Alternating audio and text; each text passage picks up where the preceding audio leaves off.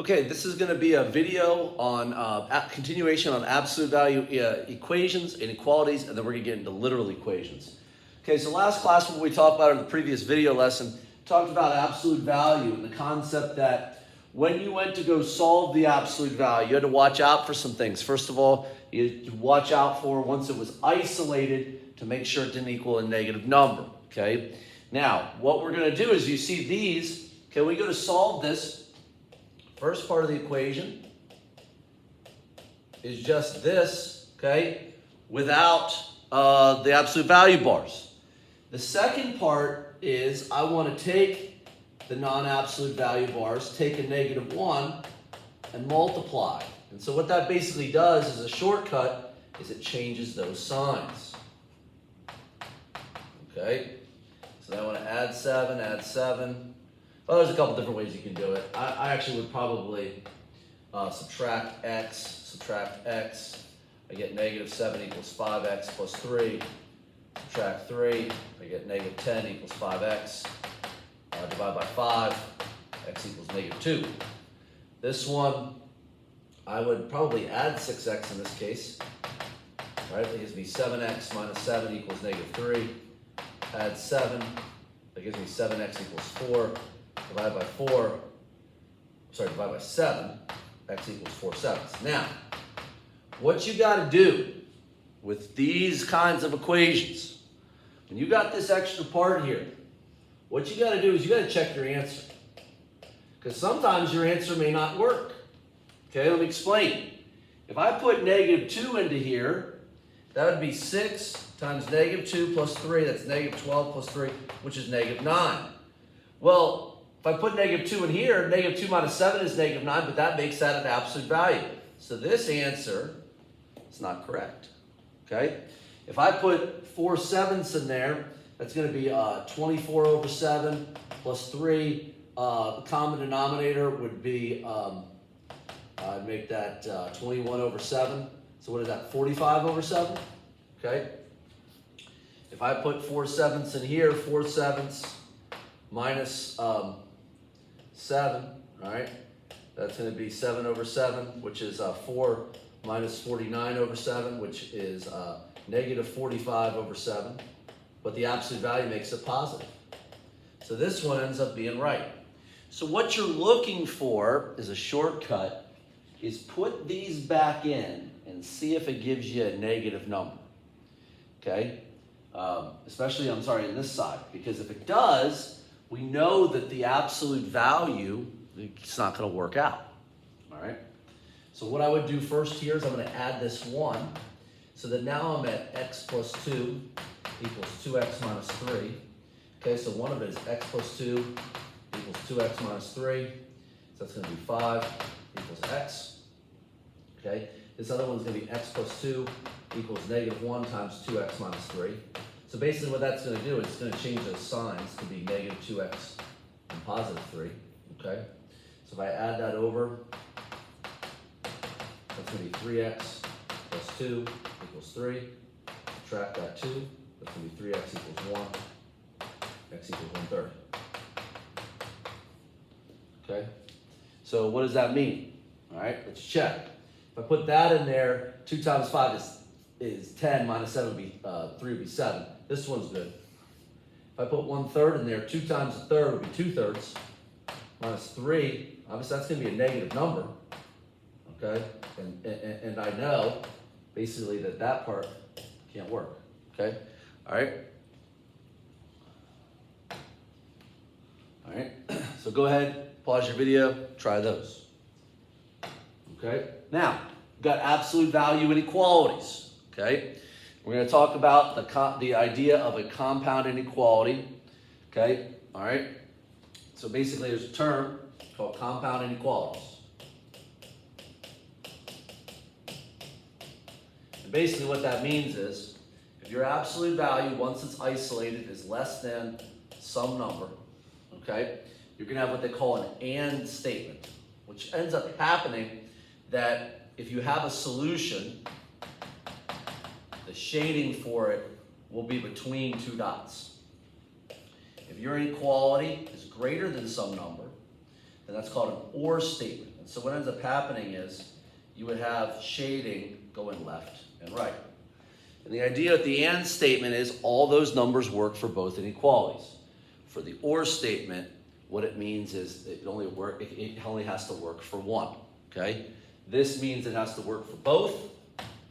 This means it has to work for one, okay? So same deal, I try to isolate, and I got 4x minus 3 less than 17. Now the other one is 4x minus 3, and I'm gonna flip the inequality and then make that, or change that, multiply that by a -1, okay? All right, make sure we're getting that in there. Okay. Sorry, I didn't realize that was not showing there. All right, so what I want to do is I want to add 3. That's 4x is less than 20. Okay, divide by 4. I got x is less than 5. This one I would add 3. That's 4x is greater than -14. Divide by 4. That's going to be x is greater than basically 7/2. Okay, divide by this by 2. Okay. All right, now, what does that mean for me on my number line? Well, 5 will be further here, okay? That's gonna be an open circle, all right? And so I would be shading this way. This would be -7/2. That's greater than, I'm shading this way, okay? And that way you can check to see if that works. Pick out a number, put that in there. Let's say 0. 4 times 0 is 0, minus 3 would be -3. Absolute value of -3 is 3. 3 is less than 17. So that's why that is your answer, okay? Now this one, I'd have 5x plus 2 greater or equal to 42. 5x plus 2 less than or equal to -42. So what you have to do with this, when you get to here, is this flips, okay, with the -1 multiplier, all right? So let's subtract 2, that's going to be 5x less than or equal to 40. Divide by 5, that's going to be x is greater than or equal to 8. Okay? Subtract 2, that's going to be 5x is less than or equal to -44. Okay? Divide by 5, I got x is less than or equal to -44 over 5. Well, if we're doing a number line, I got a closed circle here on this. Okay, this would be this way. -44 over 5, closed circle, would be shaded this way. Okay, all right. All right, and if you pick out a 9, put out 9 in there, 5 times 9 would be 45, plus 2 would be 47, obviously greater or equal to. This is about, let's say -10. Okay, 5 times -10 is -50, plus 2 is -48. Absolute value of -48 would be 48. So both of those, that's where the solution, it's a split, okay? Now, you need to be careful, okay? Something you need to understand, okay? This one is isolated. Now, what you have to do, and we got to look at less than or equal to a negative number. Okay, now that's where you got to think for a second. Okay, so this is after it's isolated. Okay, after it's isolated. I got absolute value being less than or equal to a negative number. The problem with that is an absolute value can never be a negative number. Okay, so yeah, if it can never be a negative number, it can never be less than a negative number. So in this case, this would be no solution. Okay, because anything you put in there is going to be the result's going to be positive. Now be careful. Like on this one, what I would have to do here is add 6. I get absolute value of -2x plus 5, less than or equal to 26. I divide by -2. Now, just we talked about inequalities last time. What does that do? That flips around that inequality. Okay? All right? So what does that mean for me? Can an absolute value be greater than or greater than or equal to a negative number? Yes, sometimes it is. There is a possibility. Okay? So we got to check to see sort of where that's going to be at. All right? Okay? So what I want to do is x plus 5 greater or equal to negative 13. Okay? All right? X plus 5 less than or equal to 13. This one I would subtract 5. That is x is greater or equal to negative 18. This one I subtract 5. I get x is less than or equal to 8. Okay? All right? Now, I got to see where this works. Okay? All right? This is x is less than or equal to 8. Okay? All right? This is x is greater than or equal to negative 18. So that would go this way, that would go this way. Okay? So what we have to figure out, okay? All right? If I put like a 0 in there, okay? 0 plus 5 would be 5. 5 is greater than or equal to negative 13. Okay? So that shading answer would be my appropriate answer. All right? Obviously, put 9 in there, that gives you 14. Okay? All right? That would work as well. Okay?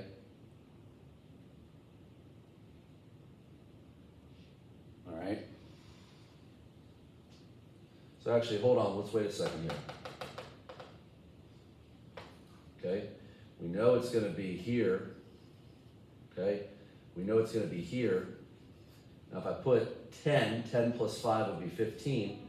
Okay? That's going to be greater than or equal to negative 13. So actually, this also is going to work. Okay? All right?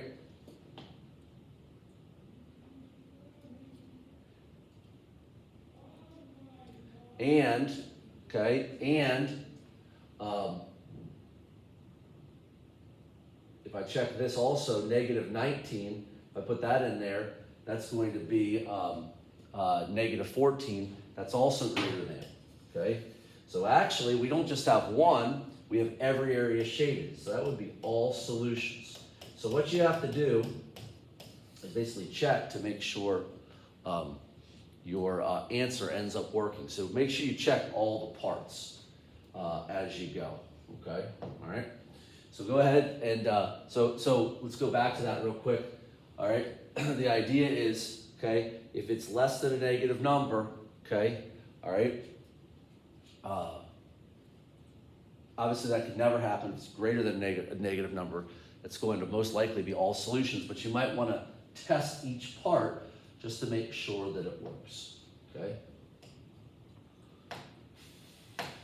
Okay, so, sorry, go back to this page. Go ahead and practice some of those on your own, okay, and then go on to the next part.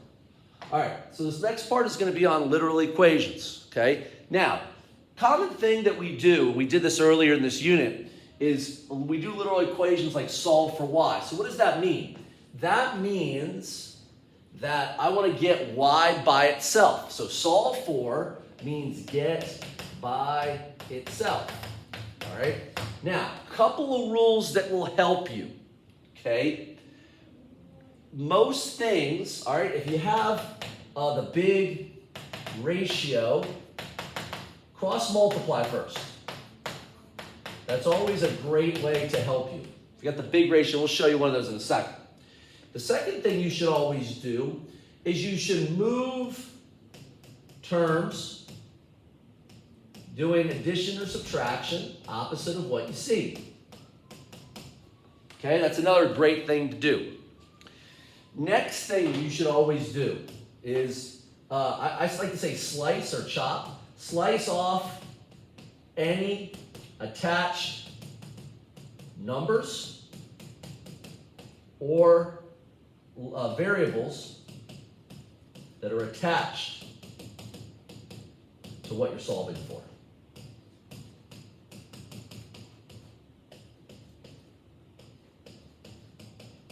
All right, so here's what I mean. Until we solve for y. All right, well, the only thing I'm going to deal with this last. Okay, that's why I don't have the big ratio. Move terms. So what I want to do is I'm going to take the 2x, move it from this side to this side. Now, real thing that will save you a lot of problems. Whenever you go from one side to the other, just change signs. So that's going to be 4y equals 20 minus 2x. Or you can do negative 2x plus 20. Doesn't matter. Now, I want to get this 4 away, so what do? I slice off the attached 4. Well, what does slice mean? Slice means division. I want to divide all the parts by 4. That's going to be 5 minus 1/2 x. All right? And you did that in Algebra 1. We did that actually in this unit. Now, we're going to get to stuff that might look a little bit more complicated. It says solve for A for this first question. So, Mr. Evans, how do I do this? All right. So I want to get this by itself. So this is attached to this. I'm going to leave this last. I'm going to move this whole term. So if it's positive CE, that moves, it's going to be negative CE. All right, so let's think about this. How would I get rid of this B that's attached? I want to slice it off. So I want to divide, and I want to divide everything by that. So that's A equals F minus CE all over B. Okay, all right. This one says solve for D. So here's the term I'm looking at. So I want to move this term. Well, that's going to be, instead of 8A, when it moves over, is negative 8A. That is negative 12. When that moves over, it's going to be positive 12C. So 4D. All right, well, the only thing left that's attached to D is 4. So I'm going to slice off or divide everything by 4. So 40 divided by 4 would be 10. That'd be negative 2. And that would be 3. And D is now by itself. Okay? All right? Now, let's go to these ones, the big ratio ones. So they're the big lines. So what I want to do first, before I even figure out what I'm going to cross multiply. That would be, so just like when we did the equations, it's like this. All right? So this is CF plus CB equals A times D times E. Okay, now, I want to solve for D. So the only things that are on here are attached. So how am I going to get rid of them? I'm going to slice them off or divide everything. And obviously I can't do any calculations with letters. So I got D equals CF plus CB all over AE. Okay? Same thing here. I want to cross multiply this up. So that's BCD equals HA minus HF. You can put it in alphabetical order. It doesn't matter. The letters are commutative. Now, I want to keep this. I got to slice off that CD. So I'm going to divide by CD. So HF minus HA minus HF over CD equals B. Okay? All right. Now, a couple of others. Okay? All right, now, I go to cross multiply this. This is AE plus BE equals CD minus CF. Now, what letter am I solving for? They said solve for C. Now, here's the problem. I got two things. Well, I don't want to move those. So it's sort of redundant, but what I'm going to do, since I only have two terms, I'm going to take out the C, which is DF. I got AE plus BE here. And what I'm going to do is I'm just going to slice this off as a quantity. Okay? So I got AE plus BE over D minus F equaling C. So that's a little trick you have to do, is if you ever get to the case where these are, you're solving for both, you have both letters in there. So like in this one, that would be BD plus BE equals ACHM, because it's all multiplied. All right. So I got B. I'm solving for both of them. So I'm simply going to take out the DF, D plus F, ACHM, and I'm going to divide the quantity over there. So it's B equals ACHM, D plus F. So what you want to do is don't get bogged down by the letters. Think about the process. So for this one, I want to solve for B. Okay? Now, that's this. So I want to move this term. Well, that's minus C. Over here would be now be plus C. Now, I want to slice off the A squared. And we're going to talk about if what you're solving for has an exponent in a second. But I'm just going to divide that by A squared. So B equals E plus C all over A squared. Now, a little different. On this one, it said solve for A. Now, I'd still move that C in the same way. Okay, now, I want to get the b, so I'm going to slice the b or divide the b, okay? So that's a squared equals e plus c over b. Now, I haven't quite solved for a. Now I want to take the square root, because that is the opposite of square. So it's a equals the square root of e plus c all over b. So if you ever have the exponent, if you're solving for the exponent, leave that to last. Okay? If you're solving for that exponent, leave that for the last. Okay? And then if you want to, okay, all right, you can practice these questions to help you get good at the literal equations.